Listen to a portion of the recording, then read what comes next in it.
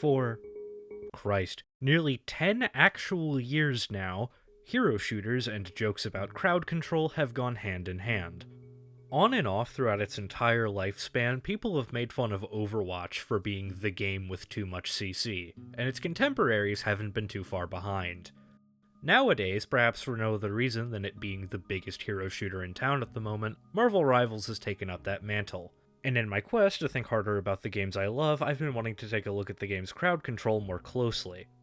There are lots of people who just hate all crowd control no matter what, but I'm not of the same mind.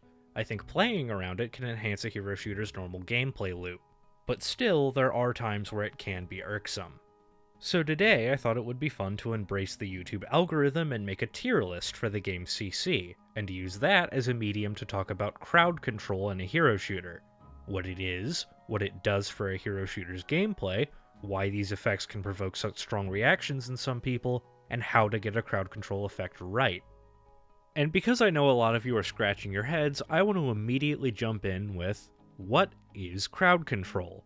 It's a term that's meant a lot of things in a lot of different games, so it's worth making sure everyone is on the same page. Crowd control in a hero shooter, very broadly, refers to any status effect that interferes with your ability to control your character normally. Now, a lot of things fall under this banner, and you can argue back and forth about whether a bunch of different things count or not, but to keep things tidy, our focus today will be on a handful of these effects. For the purposes of our tier list, we will only be focusing on pulls, knockback, knock-ups, slows, stuns, cripples, roots, grabs, and hooks. So we will not be talking about Bucky's knockdown effect, nor will we be debating whether Cloak and Dagger's blind counts as a CC effect for our list. But let's not get too ahead of ourselves. I want to talk about the effect a CC ability has on the game, and before we get to that, we have to look at what exactly all of these effects are doing. The terms pull, knockback, and slow are all self-explanatory.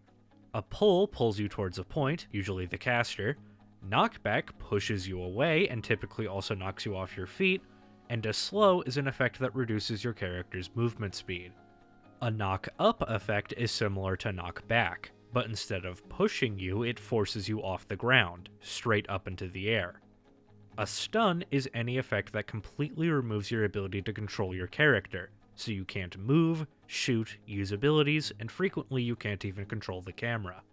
A cripple is an effect that removes your ability to use your character's movement abilities, so any kind of dash, jump, teleport, etc. would be disabled and rendered unable to be used until the effect is worn off. A root is kind of like a mini stun. It's an enhanced version of a cripple that completely disables your ability to move and use movement abilities, but you can still use other abilities, shoot, and control the camera. And finally, hooks and grabs are variants of a stun that combine not being able to control your character with a displacement effect. A hook typically stuns you and then pulls you in to stand in front of the caster, while a grab typically requires the caster to make contact with the target, whereupon they will be moved in accordance with the caster's position and whatever other minutia there is with the individual grab ability. Now, just laying them all out like this, I imagine these effects provoked mixed reactions. If you're not too familiar with the hero shooter genre, they might not seem too bad. But if you are, then I'm sure you can imagine 100 different scenarios where each of these effects can completely ruin your day. Though I'm sure a lot of you haven't thought too deeply about why these effects ruin your day. On a surface level, it seems obvious. You get stunned, you can't dodge incoming attacks, and you die. That's annoying, right? But why? Why is it annoying? Obviously, we're deep in the realms of opinions here, but I do think there is an answer most people can agree with. And it has to do with one of the most fundamental aspects of game design. Virtually every game employs what is called a gameplay loop. This is what the player is doing moment to moment while they are playing the game, and it's an incredibly basic building block of game design. Let's look at Pong, since when it comes to video games, it literally doesn't get more basic than that. You move your paddle up and down, so you can hit the ball past the opponent's paddle, so you can get a higher score. See how each of our elements flows into the next, and notice how they flow no matter which direction you take it in. You want to get a higher score, so you want to hit the ball past your opponent's paddle, so you want to move your paddle up and down. This is kind of a basic and simplified explanation of what the gameplay loop is, but I don't want to get too bogged down in talking about that today. If you want to hear more about it, YAHTZEE Croshaw has a fantastic dev diary series where he talks about it and its importance often. But anyway, the gameplay loop is all about flow. You want your game to feel intuitive and natural to play once the player gets a handle on things. Anything that interrupts the gameplay loop, such as a failure state like dying or losing, should be avoidable and shouldn't stop the flow of the gameplay loop for too long. When you die in a platformer, for example, you're typically not more than 1 or 2 button presses away from getting back into the action and returning to the flow of the gameplay loop, and you never even have to restart if you're good enough at making your jumps.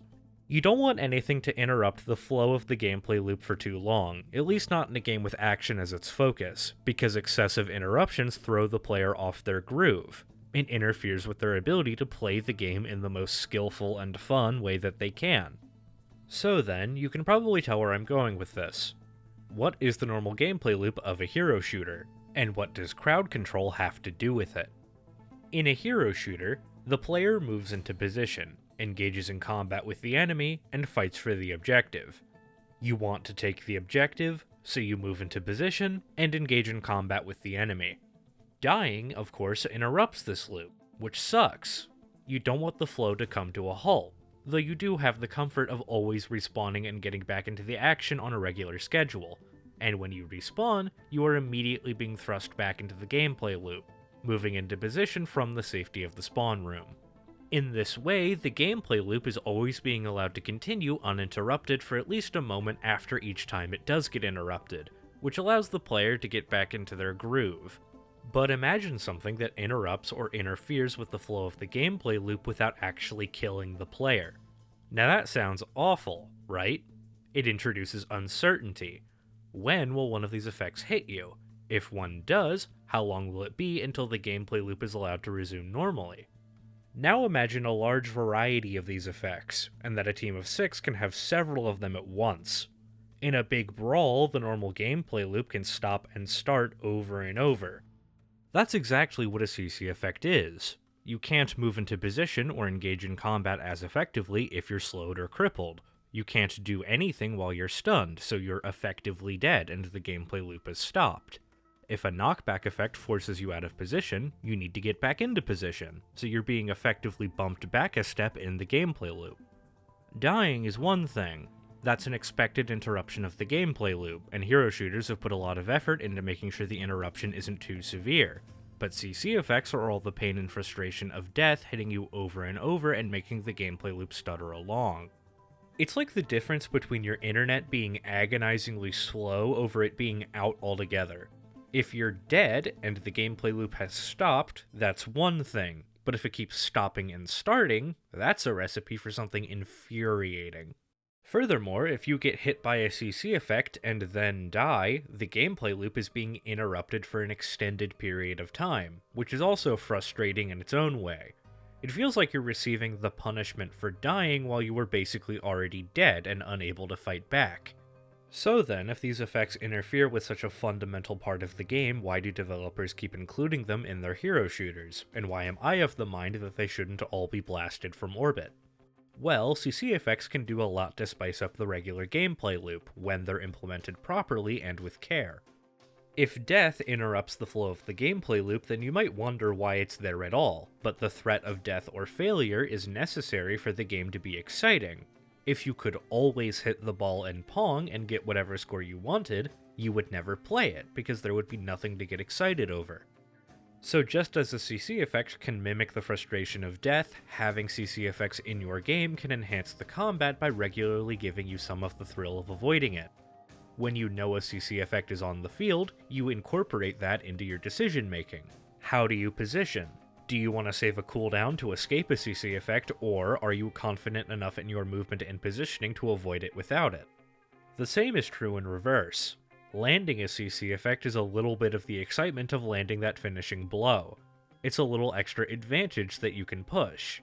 This, like many things, requires a delicate balance though. Too much CC implemented in the wrong way pushes it from spicing up the combat to ruining it. So how do we implement a CC effect in a way that doesn't infuriate people and cause too much of a disruption to the gameplay loop? Well, I've listed out a series of criteria that a CC effect can fulfill in order to avoid being too disruptive. No CC effect will fulfill all of these criteria, and instead we're working off of sort of a point-buy system. So if a CC effect is lacking in one area, it had better make up for it in another. I'm sure someone could math out an exact point system that a CC effect could satisfy, but speaking as a human being, math sucks and I'd like to get this video out before the heat death of the universe, so I'll just say we're definitely going to be taking things case by case and vibing some things out. So what are the requirements a CC effect can fulfill to avoid being too disruptive? 1. The victim should be reasonably expected to be able to avoid the CC effect.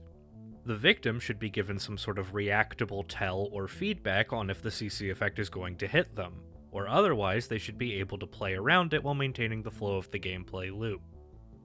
2. The CC effect should be skillful to land. The person using the CC effect should be required to have good aim or other skills to land the CC effect on their victim. 3.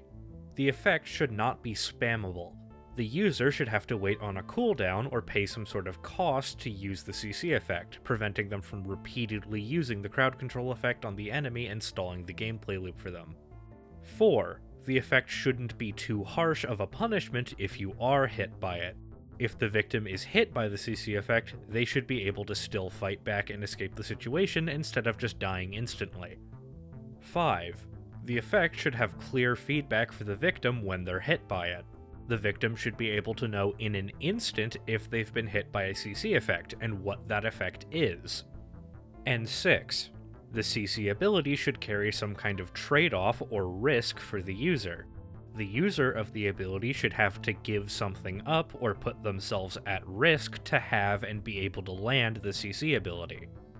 These bullet points can all intersect and overlap in various ways, and by abiding by them, a CC effect's impact on the gameplay loop can be softened. But how?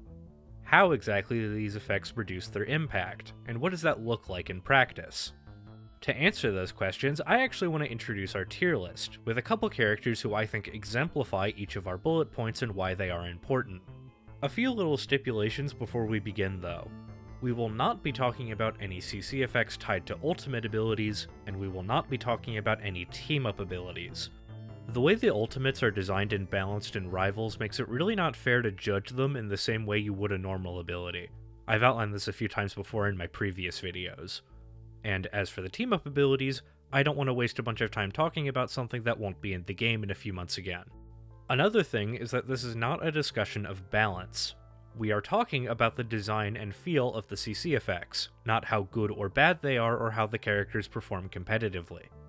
So with that, let's open up our tier list by introducing our first tier, and we're going to start with an opinion that'll probably be a little bit controversial. Emma Frost has been a contentious character since her release, but after all the nerfs they've given her, I think her kit feels very reasonable. I will be placing her in Keep. This is the tier for CC effects that I have no issue with and don't want to change. The effects we will be looking at are her Choke Slam and her Kick, both of which are tied to her Diamond form. The Choke Slam is a grab that requires Emma to hit you with a short-range dash, while the Kick is a knockback ability that deals burst damage if the victim hits a wall. Now let's start with the bad of this little combo. Firstly, it's not very skillful to land. With just a little practice, you can easily hit your grab against anyone in range, and once the Choke Slam is over, they are conveniently left in the perfect position for a swift kick into a wall.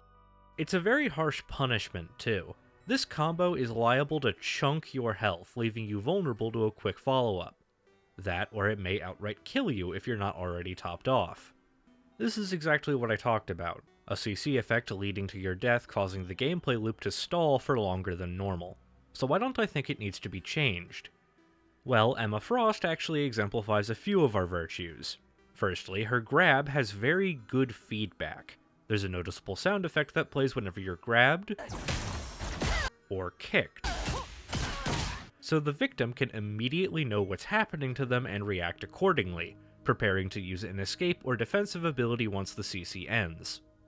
But that still leaves those frustrating scenarios where you're being effectively insta-killed by the combo, and that's where we get to the much more significant bullet points.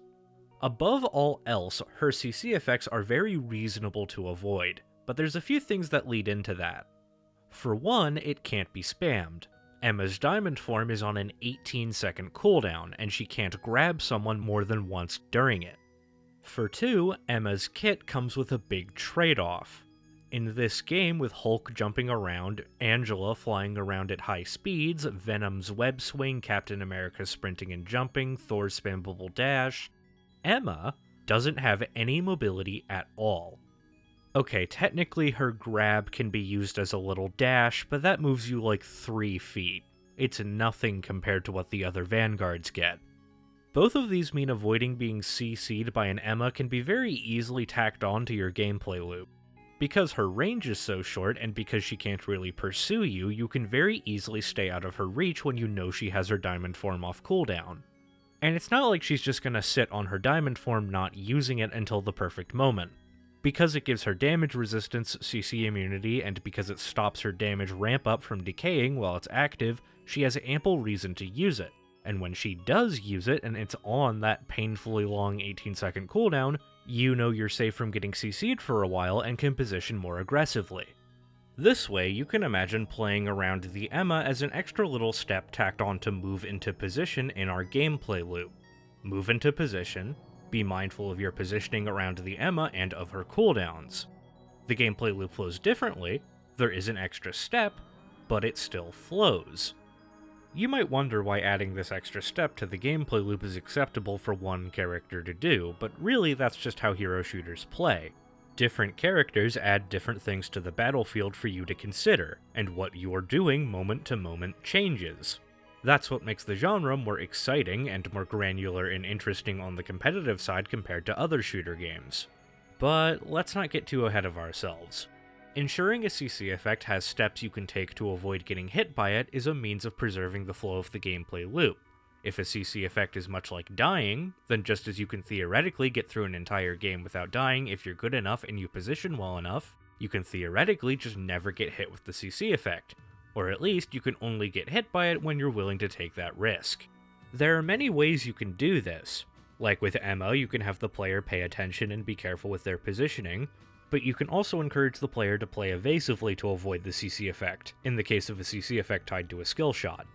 Either way, if the player can avoid the CC effect, then the flow of their gameplay won't be interrupted as often.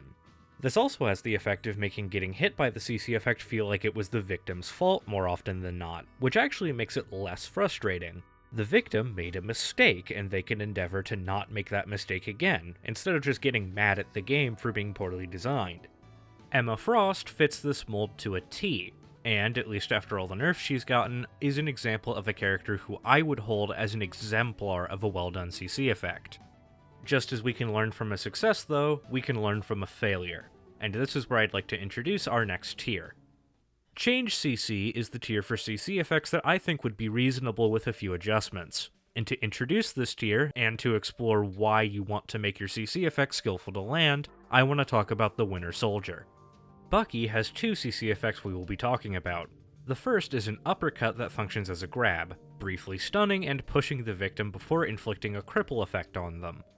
The second is a hook that Bucky has to briefly charge up, and has a bizarre quirk where it can reach out to hook additional targets within range of the initial target. That one detail is really the folly of the entire ability, but before we get to that, I want to explain what makes these abilities redeemable. Bucky's stand and fight playstyle means you're going to be coming to him a lot, so you may think avoiding it is iffy, but whenever Bucky is charging up his hook, an identifiable sound effect plays, letting you know to ready a defensive ability or move into cover. Plus, the range of the ability is pretty short without charging it, so if you're being mindful of your positioning, it's not going to catch you without you hearing it first. There's also a risk and a trade-off. Charging up the hook means Bucky can't shoot or use any other abilities, which can leave him open. And much like Emma, Winter Soldier has barely any mobility to speak of. The cooldown for both the uppercut and the hook are long enough that you won't see them be spammed, and the feedback is also quite good. Both the hook and uppercut have identifiable sound effects for the victim, and the way the camera moves during the hook isn't too disorienting. The uppercut isn't as good in that regard, but the sound is generally enough to clue you in, so you know when you've been CC'd by a Bucky to prepare a defensive ability or escape. At least in theory. The problems with the hook and uppercut are twofold. A little while ago they buffed the uppercut to inflict a cripple effect on the target, which makes it way too harsh. Normally, a hook effect is rough to get hit by, but not too bad. The reason why stuff like Roadhog's hook in Overwatch sucks to get hit by is because the character just one-shots you before you can react. Bucky doesn't have this capability, which should make his hook much more reasonable to play around and react to, but the cripple added to his uppercut drastically limits the victim's escape options. So generally, you're just screwed anyway. More importantly for our purposes right now, though, the hook isn't nearly as skillful to land as it should be, and this goes beyond its very forgiving hitbox. The bizarre chain hook thing that this ability is capable of throws everything off. A big part of the skill behind a hook is being able to grab the target you want out of a crowd, because if you grab the wrong person, it can screw you over just as it might do them. But because you can aim for whoever and then trap and further displace your actual target with an uppercut to mitigate the risk of pulling multiple people, all that skill expression is gone. Why bother aiming to snag a support playing around their tank when you can just aim for the tank and snag them anyway? The reason this matters is because it makes getting CC'd by a Bucky almost inevitable, which is incredibly frustrating. CC is a portion of the frustration of dying and having the gameplay loop stop, but the thing about dying is that it is avoidable. Theoretically, you can get through an entire game without dying once, and without your flow ever being interrupted. Every scenario where you die, ideally at least, there is a theoretical scenario where you didn't. This ambiguity makes it much less irritating. The knowledge that you could have avoided that death if you'd played better pushes you to do better, and that positive feeling helps counteract the frustration. So if a CC effect doesn't take skill to land, there's no ambiguity. The only way to avoid that little slice of death is to not be in the situation where you can be hit by it. Now there are scenarios where this is fine. We just talked about Emma. For her, playing around her CC is very reasonable, because what avoiding it entails is simply not stepping within arm's reach of her. However, for Bucky, what you're asking is for someone not to play close to their teammates, and in a game where you often need to rely on your team to help deal with characters like Bucky or Daredevil, or where you need to play around your tanks in order to be able to pressure poke characters like Hela or Phoenix, that's not all that reasonable of an ask. So here, a CC effect not requiring enough skill to land pushes it from being reasonable to avoid to being unreasonable. Now, I will admit that Bucky isn't actually too bad in this regard. Like I said, his hook has an identifiable sound effect letting you know it's coming and allowing you to prepare for it, but it would be such a small change in the grand scheme of things if that sound effect wasn't there. And that would be a recipe for Bucky somehow being even more frustrating than he already is. All of a sudden, Bucky just has this invisible, you are guaranteed to get stunned bubble around him, where at any point you might get hooked out of nowhere. Here, I am reminded of a sniper. Much like how we have this invisible get stunned bubble, a sniper's sightline is this you are going to get insta-killed zone. There is no ambiguity, and therefore the fight becomes much less interesting. When there is a sniper, you will get headshot. It's just a matter of time. And when you engage a Bucky, you will get hooked. There are no branching paths. An entire layer of decision-making is just gone. Now, the threat of being insta-killed by a sniper and the threat of a CC effect are different. A sniper is a death, and a CC effect is an interruption, but the same logic drives the frustration in both. Now, the solution I see for Bucky's CC is simple. First, remove the cripple from his uppercut. That'll make getting hooked far more reasonable of an interaction. And secondly, remove the multi-hook and reduce the hitbox of the hook just a tad to make it more skillful to land and to increase the ambiguity, thus allowing the player to better avoid the CC effect and making fighting a Bucky more engaging. That way, there's a trade-off, wouldn't be spammable, could be played around, and would be skillful to land, all while still being an impactful ability if used properly. Moving on to our next character, we introduce another new tier. remove. This is for characters whose CC effects I would just remove outright due to their design. And here we have a character who exemplifies the potential disaster of giving your character a CC effect that can be spammed. Peni Parker's CC ability is a web shot with a large hitbox that stuns the person hit by it for 1 second and has a whopping 4-second cooldown. This ability can also be used to leave a web cluster on the ground which interacts with Peni's landmines, but that has nothing to do with her CC directly. Peni Parker is a very defensive character, and this ability reinforces that. She can throw stuns to interrupt ultimate abilities, slow people down, and screw with people trying to make plays. The problem with this ability is the everything. Now, it does have good feedback. There's an identifiable sound, and the victim even gets visibly webbed up. But Peni outright fails in most of our categories. The giant hitbox and high speed of the projectile means it isn't skillful to land, and it can't be said to have any sort of trade-off. Her kit is very well rounded for what it's trying to do. She gets solid mobility, self-healing, overhealth, crazy burst damage potential with her landmines, and she even does respectable sustain damage ever since they buffed her primary to deal headshot damage. However, the biggest problems stem from the ability's laughably short cooldown. This almost by itself makes it unreasonable to avoid. Peni's highly defensive nature means she's frequently going to want to set up where the enemy team wants to be, i.e., on the objective. The enemy team can't just not go to the objective, so they have no choice but to approach her and risk getting CC'd. This might be fine, except for that the short cooldown allows Peni to brute force her way through any defense. You use a shield or defensive cooldown to avoid the web, well, Peni will always have another ready for whenever you're next vulnerable, and you're gonna have to make yourself vulnerable at some point. However, the kicker here is that this short cooldown makes what would otherwise be a fairly mundane effect very punishing. A 1-second stun on, say, a 6 to 8 second cooldown would have limited utility to interrupting ultimates and other abilities. Still very useful in the right hands, but far from being a big deal most of the time. However, on its incredibly short cooldown, we have a problem. That issue with getting hit with multiple CC effects in quick succession causing the gameplay loop to stall? Peni can do that pretty much by herself. Now, why exactly is this a problem? Well, once again, a CC effect is like a little death. It's an interruption of the gameplay loop. Now, I want you to think back to when you were learning to ride a bike, or skateboard, or whatever. Interruptions can be hard to recover from sometimes.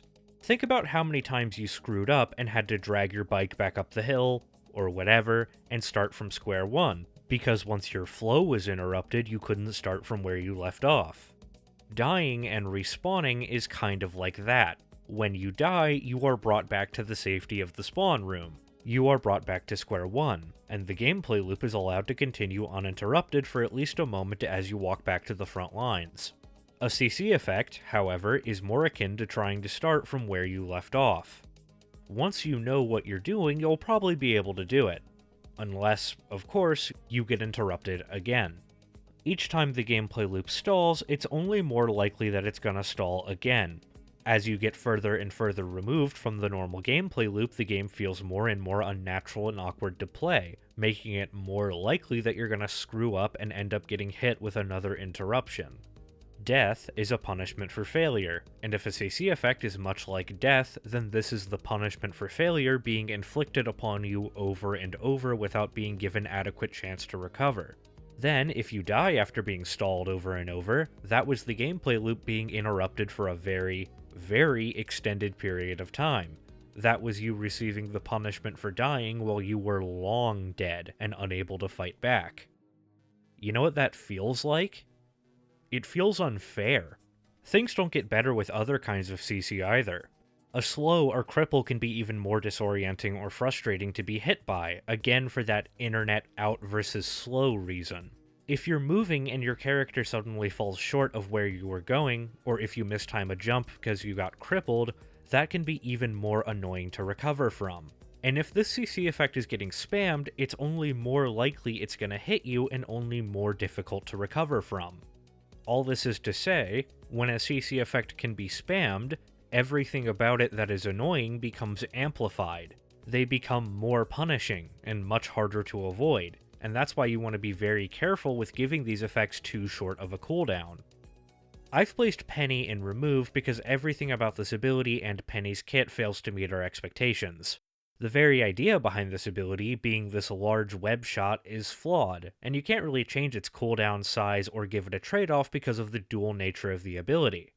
Peni uses it to set traps in addition to CC, and you can't change the CC aspect without making the other part feel incredibly awkward, nor can you change it away from being a stun, as a slow or cripple would still be frustrating on its short cooldown and potentially even more disorienting.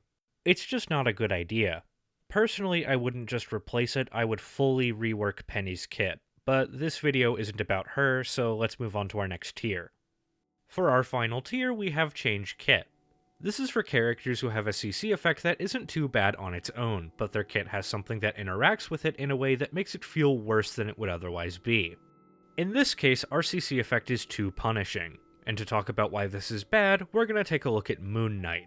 Moon Knight's CC effect is actually pretty minor by itself. He throws an Ankh that pulls enemies towards it when it lands, pulling them off their feet and making them unable to move for a brief moment. This isn't too bad, except for the fact that Moon Knight is a burst damage specialist, meaning that split second of helplessness may be all he needs to drop a target. This one will be simple because I've already touched on it. If the CC effect is too harsh, then the interruption of the gameplay loop associated with dying will be made longer, which is frustrating. But what are the exact implications of this when the harsh punishment isn't being adequately balanced out? Once again, I find myself thinking back to snipers. The problem with snipers in a hero shooter is that engaging a sniper lacks what you want in a fight with another person. It lacks a back and forth and branching paths. Either the sniper will headshot you and kill you, or he won't. Tying a harsh punishment to a CC effect is much the same because the CC effect puts you in a position where you can't properly fight back, which makes the exchange boil down to the Moon Knight onking you, and then either you die or you don't.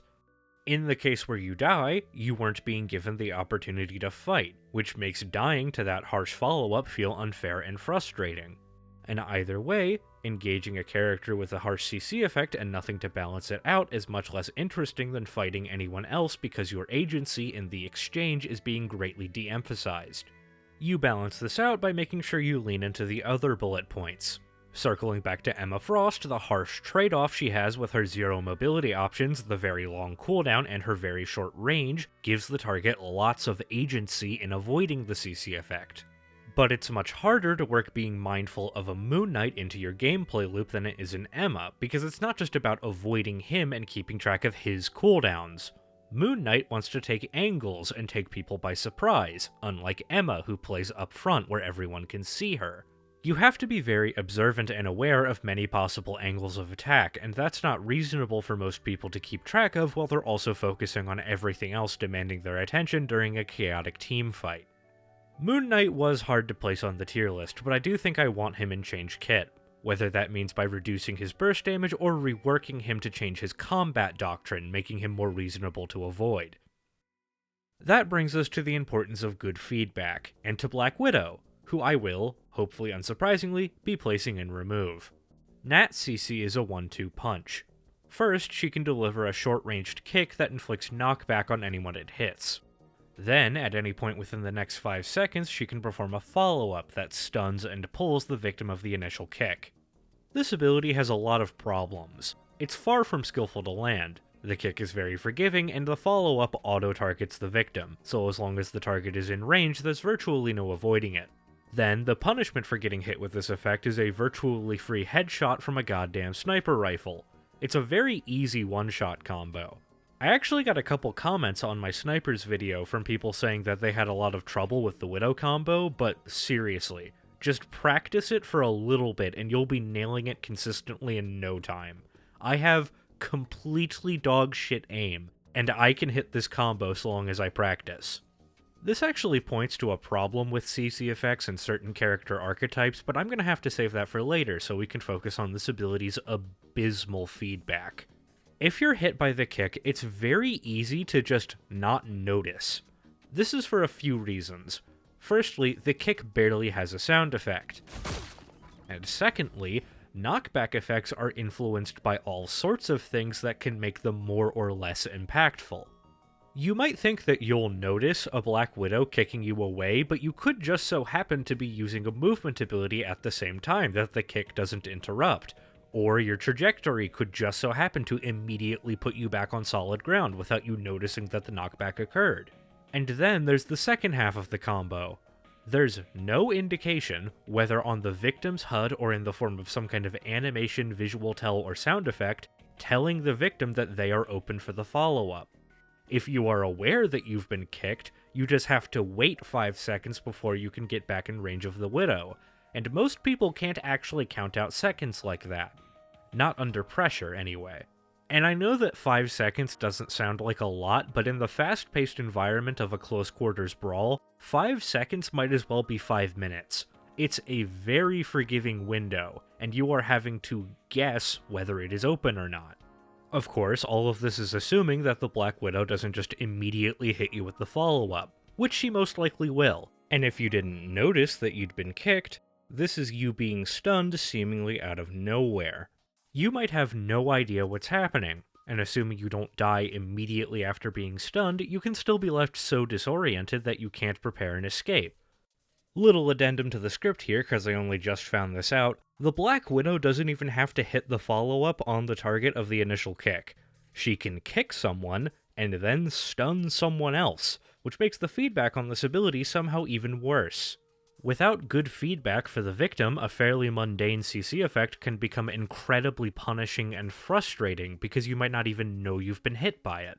You might play assuming that the normal gameplay loop is continuing uninterrupted and get thrown off, making mistakes you wouldn't normally make. If you engage a character with a CC effect and that CC effect doesn't have adequate feedback, that means there's total confusion, and that means things that would normally balance out a CC effect, not being too harsh, and even having a long cooldown, go out the window. What might be a fairly mundane effect that you could avoid the harsh punishment for with a defensive ability or mobility tool can become incredibly harsh if you don't know it's hit you and you don't know you need to use those abilities. And how can you be sure if the CC effect is on cooldown if you aren't sure if it's been used or not? If you're not sure whether or not you've been hit with a CC effect while engaging in combat, the only way to be sure is to simply not engage. And if you're not engaging the enemy, you're not having fun. There are a lot of problems with this ability besides that, and I'd like to circle back to a pretty major one while talking about another character, so I'll just leave it at this. Please rework Black Widow already. Her kit is awful and nobody likes it. Now let's just leave Black Widow in remove and move on. Finally, after so many characters who I think don't live up to expectations, I think it'd be nice to end on one who does. Angela is a character who exemplifies having a risk or trade-off in exchange for their CC ability, and I will be placing her in Keep. This is another one that I think will bother a lot of people, but I just cannot be mad at a character who gets so effortlessly shut down by so many things. But we get ahead of ourselves. Angela is a unique character. A flying tank who specializes in creating space by being a nuisance, hitting people with burst damage, and displacing them with her charge. Her charge is a high-speed grab and is our focus for right now. It's an extremely potent CC ability when used properly. Angela can stun and throw you way out of position like nobody else, and can either rely on her team to pile onto you or can set you up for a quick follow-up herself. I think that explains why people don't like this ability pretty neatly. That, and I think some people just have an objection to a character designed pretty much entirely around a CC effect. But for me, everything else solidly makes up for this ability. It's surprisingly skillful to pull off, both due to the awkward hitbox of the grab and because you have to be pretty good at reading the situation to know when's the best time to go for a grab. This is both so you can have the highest impact and because of Angela's big trade-offs. Firstly, Angela is loud.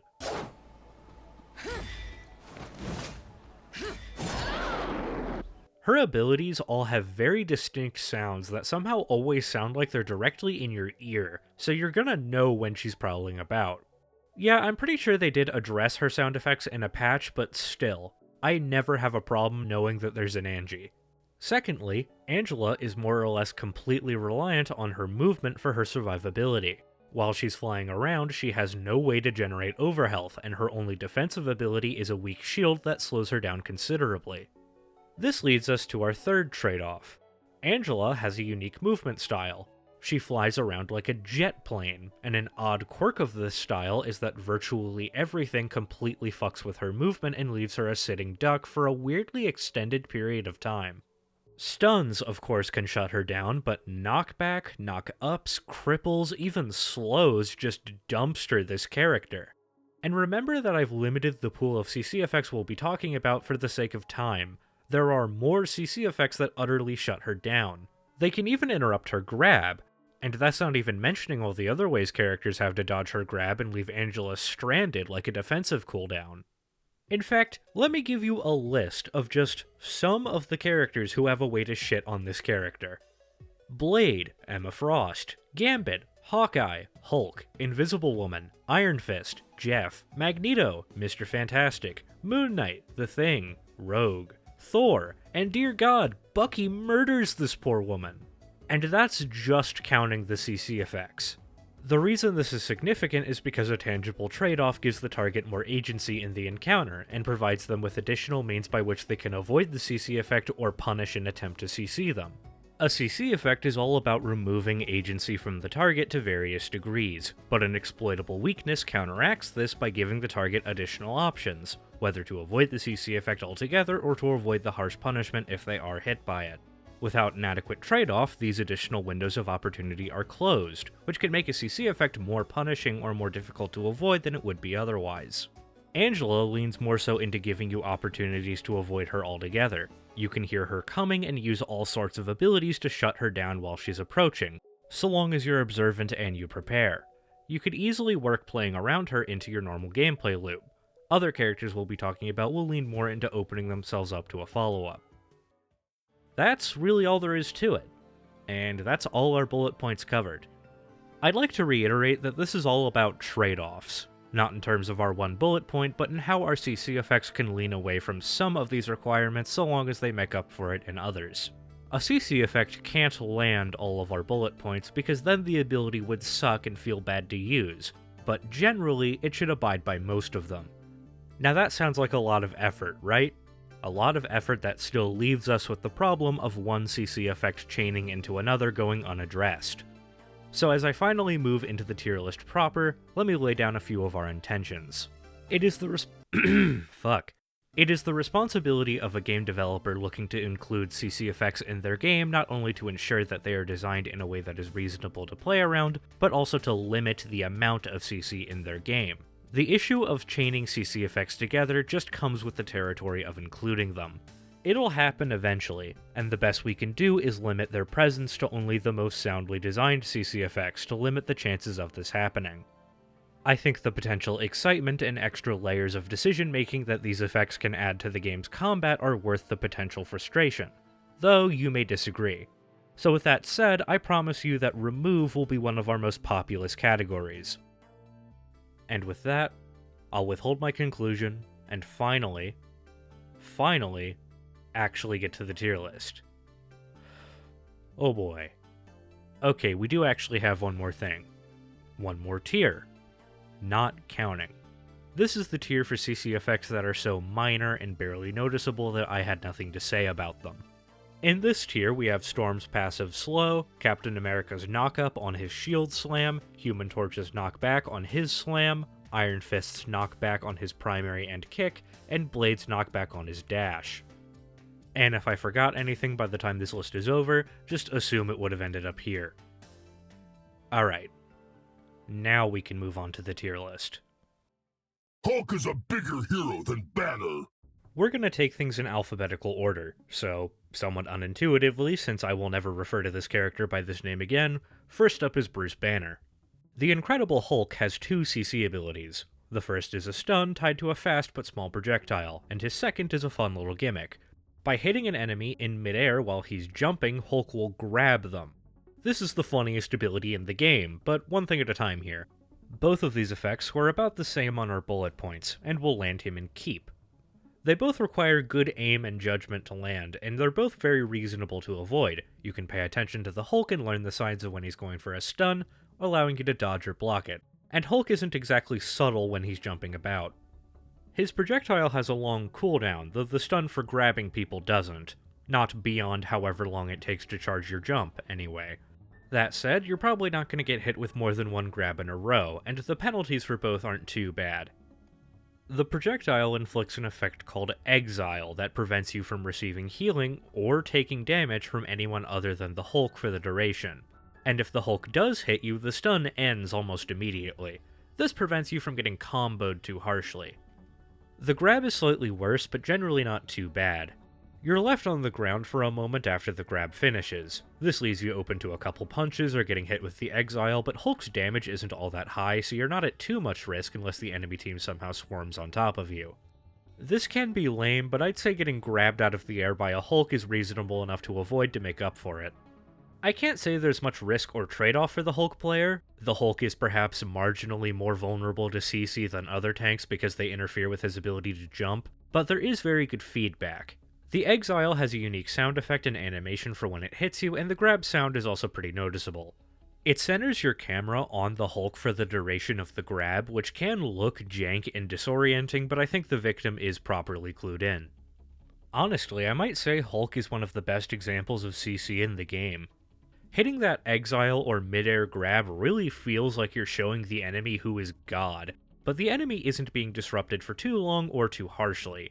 And the Hulk is a big, obvious target that's fairly simple to play around. At least outside of his ultimate anyway, but I already said we're not counting those. Yeah. Moving on. Court is in session. Daredevil presiding. The Devil of Hell's Kitchen lands himself in Change CC, and the ability we will be looking at is his grappling hook. This is an odd little movement ability that sees Daredevil fire a very fast projectile hook that pulls him towards wherever it hits. However, if he hits an enemy with this ability, it instantly pulls the two of them towards each other. Very fitting for the man without fear, but it definitely has some problems. It isn't really that hard to land. The hitbox is fairly forgiving and the projectile might as well be hit scan, so all you have to do is look at someone to hook them.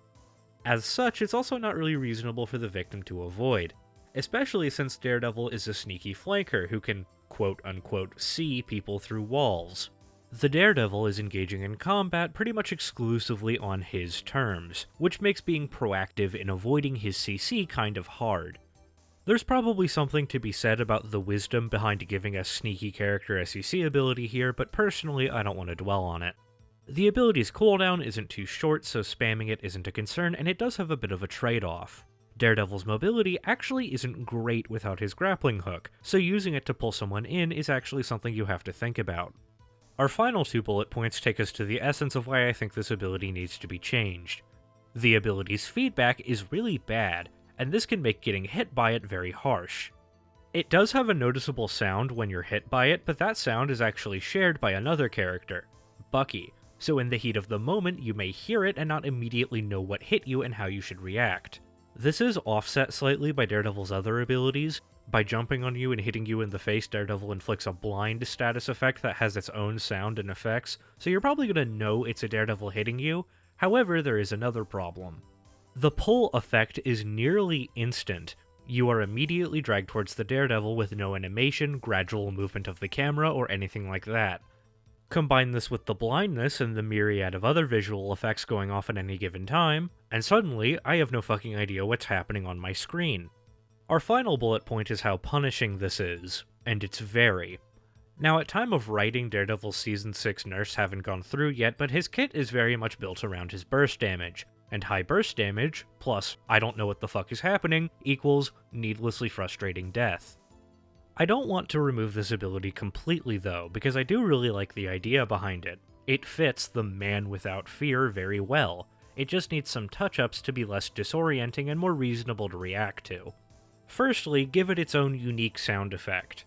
Secondly, I want to rework how Daredevil's grappling hook functions slightly. I want to make it so if you tap the button for the hook, it works exactly as it does now, except it can't pull anybody. If Daredevil hits an enemy, he will pull himself towards them, but they will not be pulled back. However, you can now hold the button to charge it up for a second. This will make an identifiable sound and will then enable the grappling hook to pull people again. Then, as compensation, you might make it so the grapple has a longer range when charged up or something. I think that would be reasonable. This way, Daredevil can still disorient people, which I think is supposed to be a core part of his character, but it's more reasonable to react to and play around. Make way for the King of Thieves. Leaving our lawyer behind, we move on to the opposite end of the legal spectrum with Gambit. Our CC effect here is tied to his resource meter. The ability has a name I don't remember because Gambit has like 12 of them, but it's a knockback effect, and I will be placing it in Keep. Quite frankly, there's so much going against this ability that I think it needs to be buffed to be worth using over Gambit's myriad of other options. All of Gambit's core abilities share his resource meter, so this means his knockback is competing with his main heal, his cleanse, that's an effect that removes CC effects from his allies, and his anti-heal. His resource meter also regenerates really slowly, so it is a big trade-off if you want to use it. This also means it can't be spammed. Gambit has 4 bars of his resource meter, it takes 1 bar to prime the ability and another to use it, so you can only use it twice before you're left sitting on your hands. It's not hard to land and the feedback on it isn't great, but neither is it all that harsh of an effect. It barely does any damage or knockback. I almost decided not to talk about it, but frankly, I find the fact that this ability does so little when the rest of his kit does so much kind of hilarious. So I don't think there's anything wrong with the CC effect in concept or in its place in Gambit's kit. But when we eventually nerf Gambit down to being reasonable, I do think we could take a look at making his knockback a bit more impactful of a skill. How y'all doing? We move on to a character I wish I had more negative things to say about. Hawkeye's CC is a knockback effect. He swings his sword in a wide arc in front of him, knocking away everyone it hits, and while I was really hoping I could rant about how much I hate this character, his CC effect will be ending up in Keep. It's not hard to land, and avoiding it is kinda iffy because you generally want to get in close range with the sniper, so not getting in close range of him to avoid his CC isn't immediately intuitive, but everything else about it is actually pretty reasonable.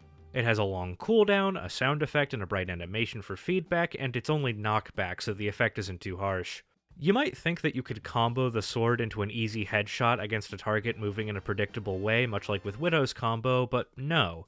There's actually a considerable delay in between using the ability and being able to shoot again, which also means there's a slight trade-off in using it, since it briefly puts you in a situation where you can't shoot and therefore can't defend yourself. Hawkeye's kit has definite problems, but his CC isn't one of them. Reluctantly, I have to give him this one, but please don't take this as an excuse not to nerf his ass. My realm is the great river, into which all others flow. Oh, but that brings us to Hela. This is a character I can complain about. Her and Phoenix, too, because they have the exact same kit for some fucking reason.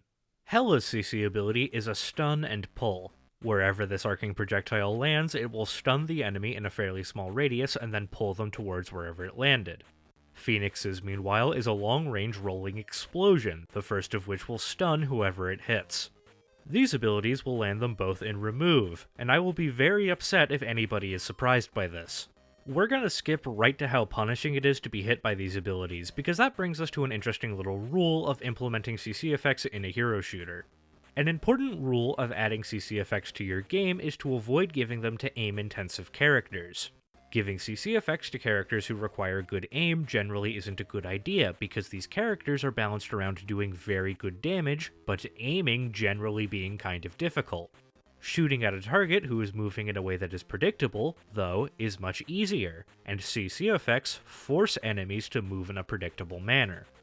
Now, I'm not saying you can't make this work. We already talked about Hawkeye, and there are characters like Ashe in Overwatch who are just fine, but the punishment for getting hit by a Hela or Phoenix stun is that they get a virtually free headshot against you, and getting headshot by these characters really fucking hurts. This is also the issue I alluded to in the Black Widow section. What's the point of having a sniper who requires good aim if she can reliably get a free headshot by stunning you? And again, like with Black Widow, you might say this isn't nearly as easy as it sounds, but trust me, with practice, it's shockingly simple. And really, that's all that needs to be said. Hitting one headshot is fairly simple with practice. It's hitting them consecutively and consistently that's hard. However, since you can stun the target for another free headshot, you have a very easy 2 headshots on somebody. And for these characters, that's a swift death. It doesn't help that both of these abilities are exceptionally easy to land, and don't really have a trade-off either. People will tell you that Hela and Phoenix need these abilities for self-defense, but their invincible movement abilities and propensity for solo ulting shows that that doesn't really hold water. Yeah, remove these abilities, please. What am I? Invisible? Now, Invisible Woman will land herself in Change Kit, and I won't be coy, she is the only other character besides Moon Knight in this tier. I almost decided to cut it. Her two CC abilities are her Vortex Field, an AoE ability that slows and pulls people towards the center, and a push/pull that works in a large cylinder in front of her. Now, what combos with this to make it unreasonable? Well, you may be surprised to hear that it's an ability that at first seems completely unrelated. Invisreal's final ability besides her double jump is her shield. This is a deployable barrier that blocks damage and also heals friendlies in a small radius, including the Invis herself. What is unreasonable about it is the buff they gave it.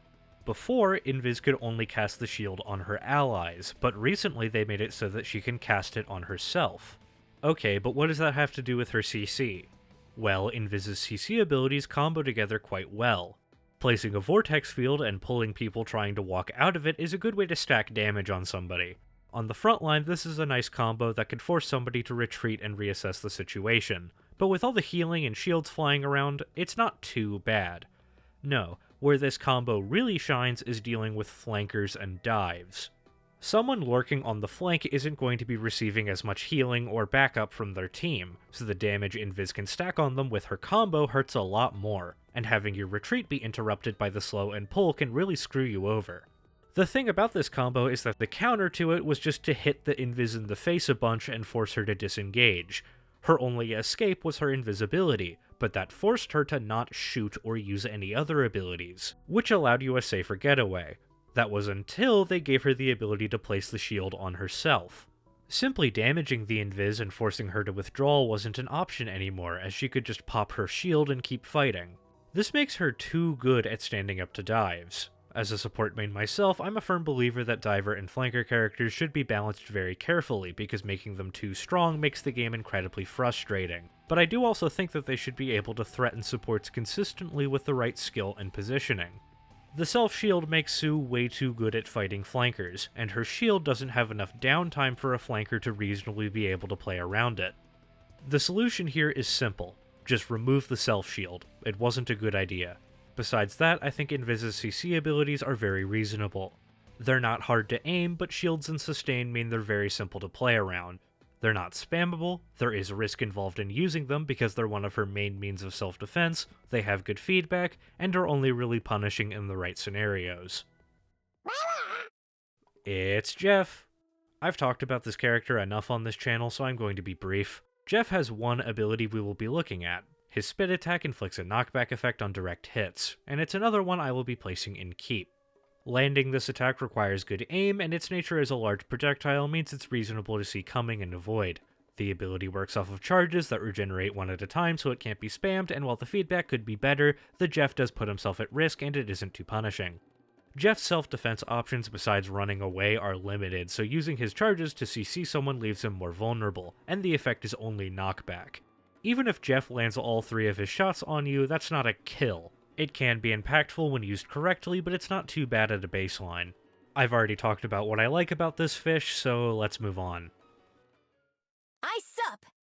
Ah, Jeff and Luna right next to each other. Reminds me of the old team-up that, in hindsight, was really not a good idea.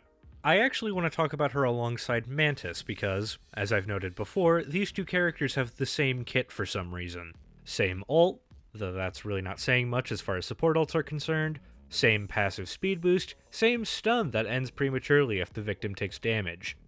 This is a special case because both of their CC effects are virtually fine. Skillful to land, somewhat avoidable, long cooldowns, good feedback, punishing in the right scenarios but otherwise fine because in most cases you're not going to be stunned for more than like a second. And it does carry a risk in that these abilities are really Luna's and Mantis' only options for self-defense. But I think back to that responsibility that I mentioned. Having multiple supports whose only real option for self-defense is a CC effect is a recipe for chaining CC together. If, say, an Iron Fist goes for the enemy backline and multiple people react at the same time, he could conceivably be stunned several times in quick succession. This sticks out as a problem with the support characters in particular because there will always be less support characters in the game than there are in the other roles. It's just a fact of the genre. This means a disproportionate amount of characters in this role have a CC effect, and this means that it is more likely for multiple CC effects to appear on a team because there's such a limited pool of supports to choose from. This is kind of a late addition, so I hope that made sense. Also, it's just silly that these two characters have the same kit. If I had my way, Mantis would keep her CC, and Luna would lose hers and gain a different ability to represent her ice powers.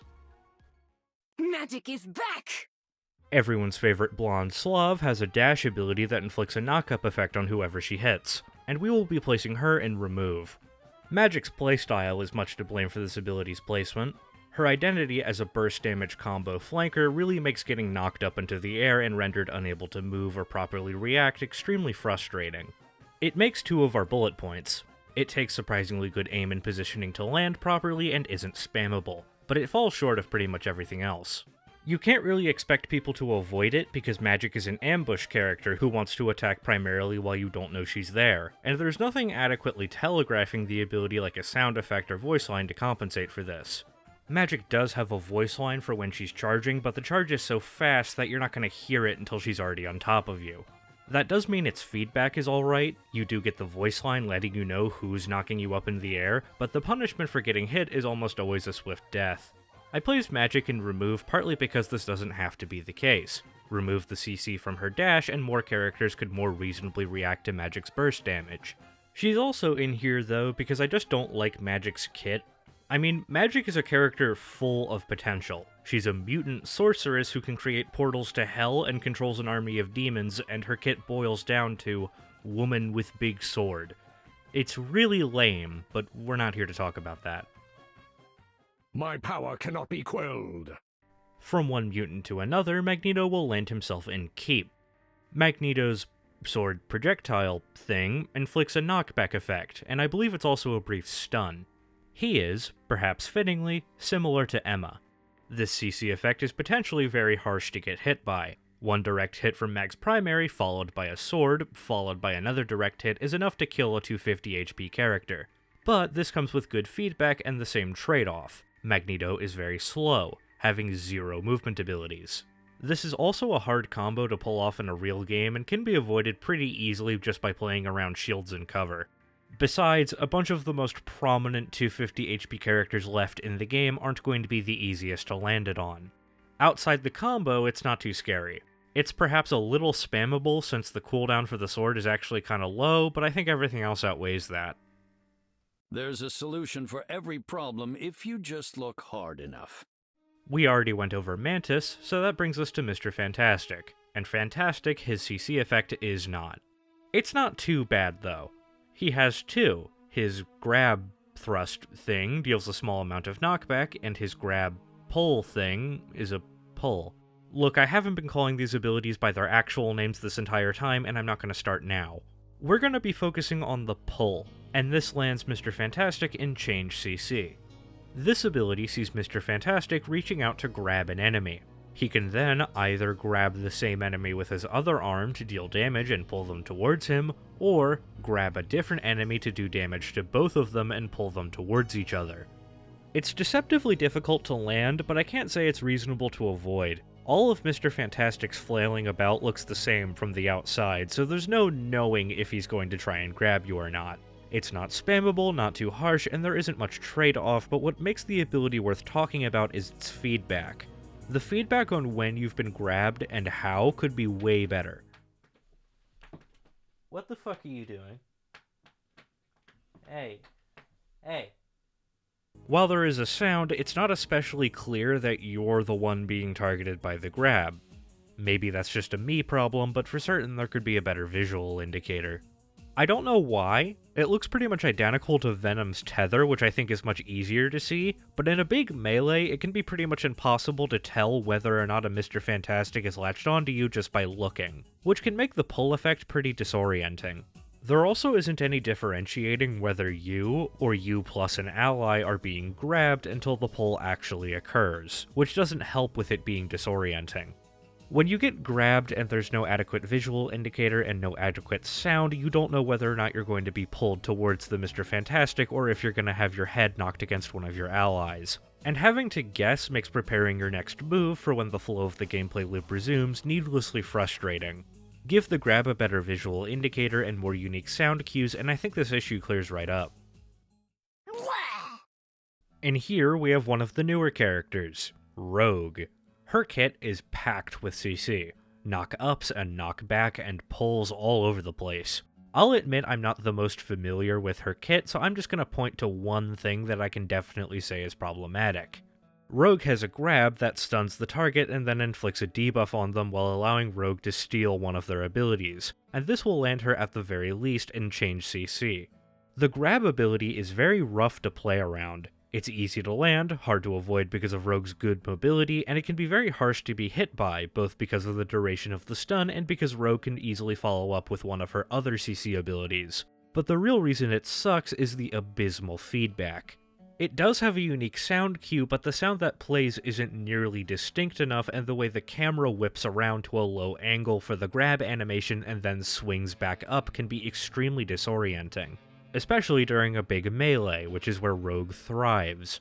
Multiple times I've been grabbed by a Rogue and had no idea what happened to me, leaving me fumbling around trying to get my bearings while the Rogue pushes the advantage. It does have a very long cooldown, and there is risk since, unlike Emma, who has damage resistance tied to her diamond form, Rogue is left vulnerable for the duration of the grab, so I do think we can touch this up. For starters, completely change the grab animation and change how the camera moves during it, and also improve the sound. If it feels better after that, great, and if not, then I think Rogue's kit probably needs a closer look. Not even close. Now, Scarlet Witch is a character I love and hate. I really enjoy playing her, but I also don't think her kit is very well designed, and the recent buff given to her CC hasn't really shaken that perception. Wanda's CC is a small AoE stun that she launches as a short-range projectile, and it's going to wind her up in change CC. This all comes down to a buff they gave it which made the stun occur instantly, whereas before there was a slight delay in between the ability activating and the stun going off. Before, the delay made it very skillful to land and reasonable to avoid. You had to place your stun carefully to try and catch people with it, and even then it could be avoided with good positioning and reaction time. The instant stun makes all that fly out the window, and it makes it particularly punishing to be hit by. Wanda can very easily land a stun and start pumping damage into a helpless target. Plus, if you happen to be unlucky or are just slow on the draw, the stun can even affect you twice before you're able to escape the AoE, which is basically a guaranteed death. This isn't fun because of the extended interruption of the gameplay loop, but I personally don't like this change because it feels at odds with the design of Scarlet Witch's kit.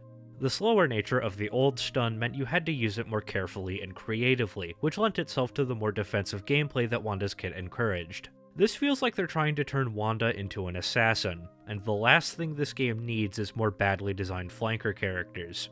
My personal gripes aside, letting Scarlet Witch stun people to death really isn't engaging, and I think this change should be reverted. If you want to make her more viable, just rework her kit. Most people aren't gonna miss it. Hey, don't ever call Tippy-Toe a pet, okay? She's my best friend. Squirrel Girl is a character I'm torn on. In terms of what her kit is, her CC ability isn't actually that bad. But in terms of what I want it to be, it is a terrible idea. I've placed her in Remove, and I ask you to hear me out for a second. Squirrel Girl's CC ability is a projectile that inflicts a root effect on the victim. This ability is skillful to land, reasonable to avoid, isn't too punishing because of Squirrel Girl's surprisingly poor damage for a character that effectively has a grenade launcher, and has good feedback. It is a little spammable, and there isn't much of a risk, but this looks like a perfectly fine ability, so what gives? Well, Squirrel Girl is one of the worst characters in the game. However, people complain about her all the time, and this lends itself to the poor design of her kit. Despite her mediocre damage, she is incredibly spammy and annoying. Her lower damage, I believe, is intended to be balanced out by her higher ammo capacity and longer range, but this doesn't really work out to make a fun or engaging character. Where I see the solution is reversing this to bring her more in line with someone like the Demo Man from TF2. Lower ammo count, lower range, but higher damage. With this interpretation of her kit, though, giving her the ability to root someone and burst them down is a horrible idea. So yeah, I'm ranking her based off of my fantasy of a reworked Squirrel Girl kit instead of her real kit. It's my list. Gonna get sticky! Remove. I hate this character. We're going to be focusing on Spider-Man's hook ability. He shoots at a web projectile that has a surprisingly short range to stun and reel in anyone it hits. Seems pretty mundane, right? Wrong. See, this ability has a slight quirk. If the Spider-Man hooks you, but keeps moving, the hook doesn't break. It will keep dragging you even if the Spider-Man is moving at a quarter of the speed of light and is pulling you 8 miles away from where you were originally standing. Where is the Spider-Man dragging you towards, you ask? Why, straight into an instant death pit, of course. You can see on screen a demonstration of this concept. I don't have hours to practice Spider-Man tech, but you can see the concept being demonstrated here. This is far from optimal. Look up high-level Spider-Man gameplay if you somehow haven't seen this already. This shit gets downright stupid. In terms of our bullet points, it almost doesn't matter, but I guess we'll go over them anyway. This is an incredibly skillful maneuver. The Spider-Man players who do this are genuinely insane. And that's the only point this ability gets. You can't avoid it because the Spider-Man can start 5 miles away from you and still drag you into a death pit another 5 miles away. For an effect that can insta-kill you, its cooldown is actually very reasonable. The feedback doesn't matter because you're fucking dead. There's zero trade-off whatsoever, and do I even have to explain why this is punishing? Now, some people will say that this ability should be in change CC and that it is salvageable, but I'm not even going to entertain the thought for a simple reason. Spider-Man's kit doesn't work and can't work. Spider-Man's identity as an assassin cannot work because his mobility is way too absurdly good. He can be anywhere, and he's extremely difficult to punish. But you can't nerf his mobility because that's what makes him Spider-Man. He's another character in desperate need of a rework, but that's a topic for another day. Benji's here! Next up is the Thing. He's going in keep, and he ain't going nowhere. Our focus is on his charge. This inflicts a cripple and a knock-up effect on anyone he runs into and on anyone he hits with the slam at the end. It's not hard to land and iffy to avoid since the Thing's mobility makes him adept at chasing people, and the CC from the charge can affect you the moment it activates, but it makes up for it in our other categories. The feedback is perfect. There's an identifiable sound as well as clear visuals to let you know that the Thing is charging. It's not too harsh since you can still fight back and use abilities, so you're able to adequately prepare, and this ability has a great trade-off.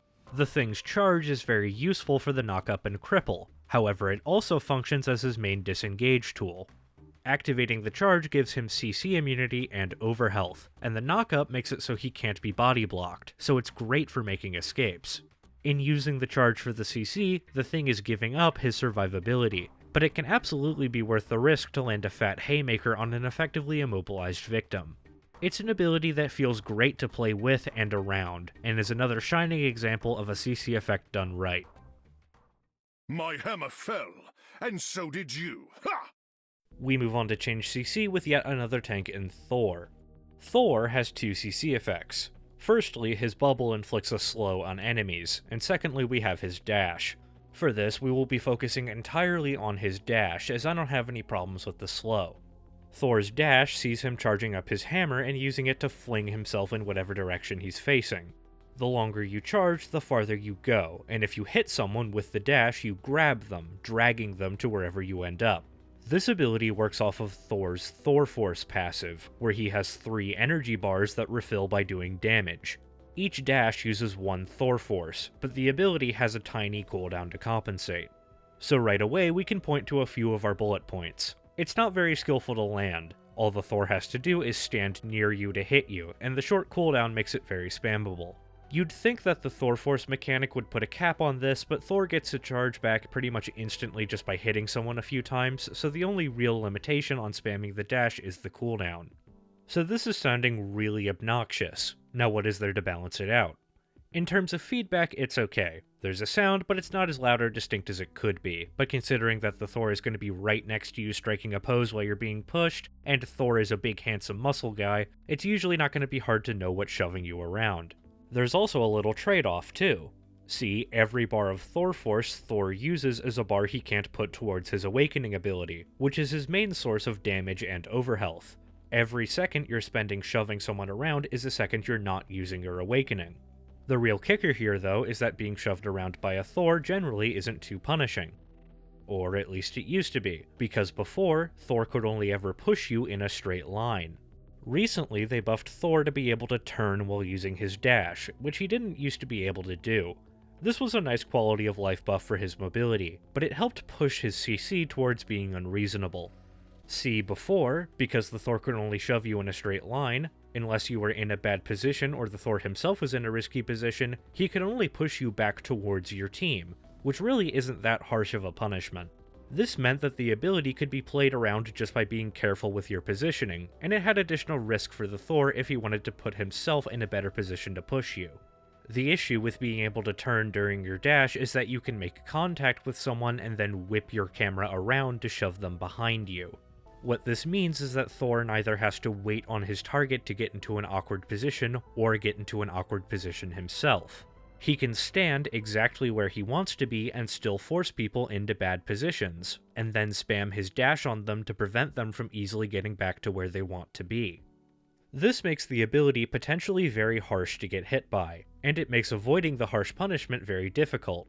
This capability of Thor's can be spammed, the way the camera can whip around when you're being grabbed can be very disorienting, and much of the risk has been mitigated. Crazy what one little change can do, huh? The reason I put Thor in change CC is because the fix here is fairly simple. Make it so that if Thor turns too sharply while dashing, anyone he makes contact with will prematurely break out of the grab.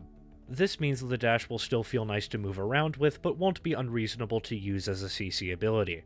That, and give his dash a more noticeable sound for when you're hit by it. That way, it'll still be easy to land and a little spammable, but much less punishing and easier to play around. There's still the issue of the Thor spamming the CC, but it's just him shoving you around, and there is the trade-off. Generally, when this feels annoying for me, it was because I put myself in a position I had no business being in, and without his awakening, Thor is shockingly fragile. I really don't have any problems with the charge at base. You can't get rid of us so easy. Closing in at the end of our list, we have Venom. Venom CC lands him in Keep, and is another contender for the secret could be stronger TBH tier. Venom's tether ability links him to nearby enemies, slowing them for the duration of the contact. It's another ability that barely counts, but I felt like taking a look at it regardless, because it has a few good ideas on display. It's not hard to land and doesn't have any risk or trade-off associated with it. It's not spammable and it's not too harsh, and it has alright feedback. But what I want to talk about is how you can avoid it. By walking far enough away from the Venom, or obstructing the tether with a piece of terrain, the tether will snap, freeing you from the slow. This is a really cool idea, having a CC effect that can affect you easily, but you can break by positioning well or being smart with your movement. I'm sure there are other examples of such an effect, but I would still like to see the idea be iterated on more. I don't really have much to say beyond that. I like this ability. You're out of your league, bub. That leaves us with Wolverine before we end our tier list and get to our conclusion. And oh boy, he was actually kinda tough. His grab falls short of our bullet points. It's simple to land, iffy to avoid, very punishing, especially if it hits a tank, and it only debatably has any risk or trade-off. But there is a reason Wolverine was designed this way. Wolverine is designed the way he is because the game doesn't have roll queue. He is there to be a check to the tank roll, because the last thing you want is a repeat of Overwatch's many nightmare tank metas. By applying such a strong CC effect, he attacks the tank player in a special way. He shuts down the flow of their gameplay loop. He stops them from steamrolling by outright not letting them play the game. So I place him in Remove, not because I disagree with the intention behind this design, but because I think there has to be a better way. Any way you slice it, being grabbed by a Wolverine and not being able to do anything while he and his team melts your health bar really isn't fun. And Wolverine's stun doesn't just punish tank players. It's a noble goal, but every character suffers from this ability, and I think more creative solutions should be explored. And whew, that's the tier list. I'm sure plenty of you have your own thoughts on the characters and criteria I've set, and I'm sure given time my own opinions will change as well, but I think for now, that was fun, and I hope you enjoyed it. I want to end this off by again asking the question, why? Why bother with these effects? Why bother with crowd control if this much thought has to be put into making sure these effects don't ruin the game? Hero shooters are, in my opinion, the most interesting genre of multiplayer game. At least for someone like me who finds the design of these games fascinating. While other competitive games prioritize things like memorization and reaction times, the hero shooter is all about finding new things. new challenges to give to the player, new ways to deal with those challenges, and new ways challenges can combine to require different solutions. And that's why I, perhaps more than most people, appreciate CC effects. Their presence can be obnoxious, but they also open the door for new challenges, new problems to solve, and new ways to solve them. And I think we've only just begun to explore what these effects can do for a game. What we've gone over today, the effect crowd control can have on the game and the criteria I've listed, are only the beginning of what these effects can do for a hero shooter. CC effects are a somewhat controversial topic, so I think devs have probably shied away from innovating and trying different things with them, but we've run the experiment. We've been running it for the past 10 years at this point, and at least in my opinion, these effects can work. The excitement that comes from attacking the very flow of the game does add something that I don't think anything else does, and I look forward to the day when we see more from our crowd control effects. Nestled in that hope is the reason why I decided to focus on Marvel Rivals for our discussion of crowd control today. Love or hate the game, you have to admit the developers are doing interesting things. We never would have seen a character like Deadpool or even Angela or, hell, Namor 10 years ago. I've been really impressed with the design of their most recent characters, and it makes me think that maybe they'll find the time to do something that, one day, will lead to something else that'll make what I've said in this video look incredibly outdated. Then again, maybe this experiment won't work out. Maybe, like with snipers, or like with whatever the Rivals devs are doing with their ultimates, people will just decide that these problems aren't worth finding solutions for. Until then, though, developers have a responsibility to be mindful of the CC effects they add to their games, and above all else, that's what this video was about. It's a message from me to developers or to prospective developers to be mindful of the effects crowd control can have on your game. Understand why they are so impactful, and remember to be careful in designing them so you don't upset the flow of your game. As 2026 stretches out before us, I look forward to continuing to pick apart my favorite games, so whatever happens, I hope you maybe learned a little something from watching this video. Whether you enjoyed it or not, I hope you will go on to think more deeply about the games you enjoy and how they are designed. And with that, I have plans to make and more work to do. So I hope you all have a good day.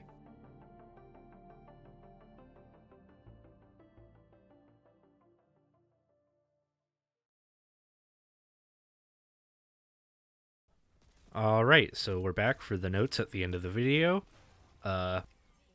So first things first, this video got mega delayed, and I apologize for that. It was some personal stuff that's none of your business, but I do sincerely wish that this video was able to come out sooner. So there are a couple things I want to talk about for this video. The first is Elsa Bloodstone, the new character in Rivals. The video got delayed long enough to the point where I feel like I have a good idea of her kit. So, on the tier list, I would place her in Change CC. I think the way that her trap is invisible and indestructible when she places it is just dumb. Like, that's just a weird, not good idea. Just make it more like Junkrat's trap. Alright, and second thing is I wanted to talk about High Guard, because I'm not, like, delusional. I don't think I have, like, a big fan base of people who are, like, clamoring for me to talk about it. But I do talk about hero shooters, this genre, and that was, like, a pretty high-profile example of it. And let me tell you, I was going to play it, and I really wanted to play it, and I really wanted to make a video about it. But then, like, when it released, and I opened the store page, I saw this. This genuinely pissed me off. Why are you asking me to open up my PC settings to play your goddamn game? Why? That doesn't make any sense. Like, no other game that I can think of does this. Fucking Marvel Rivals didn't do it. Like, Overwatch doesn't require me to root around in my PC settings. Like, this annoyed me so much. That, like, you are so fucking arrogant that you think that I'm going to root around in my PC settings to play your Dead on Arrival flop. Like, God, that pissed me off so bad. And finally, Overwatch, the new Overwatch update is, another thing is, if I'm going to talk about that. And the answer is, well, as you can see, I've been playing it. And I have been enjoying it pretty thoroughly, a lot more than I thought I would. the thing about like the hero shooter like space is that it was really disappointing to me when like Paladins died and like Overwatch had like its long-term decline, because I just don't like Overwatch, and so there was just no other game in the space, and that's why I started my YouTube channel to talk about Marvel Rivals, because there was like a game that I liked in the genre again. But I just don't really like Overwatch as much as I like other games in the genre, but I have been enjoying playing it, so I may talk about it or talk about it more when I talk about the game design of the genre more broadly. So yeah, that's everything I wanted to talk about. So, no real idea, because this video got delayed for so long, no real idea on where the channel will go from here. I'm not sure if, because I still want to do like the review I've been promising, and I don't know if that's next or if I'm trying to do like a short video before that, because this video got delayed for so long. But that was pretty much everything I wanted to talk about. I hope you all have a good day.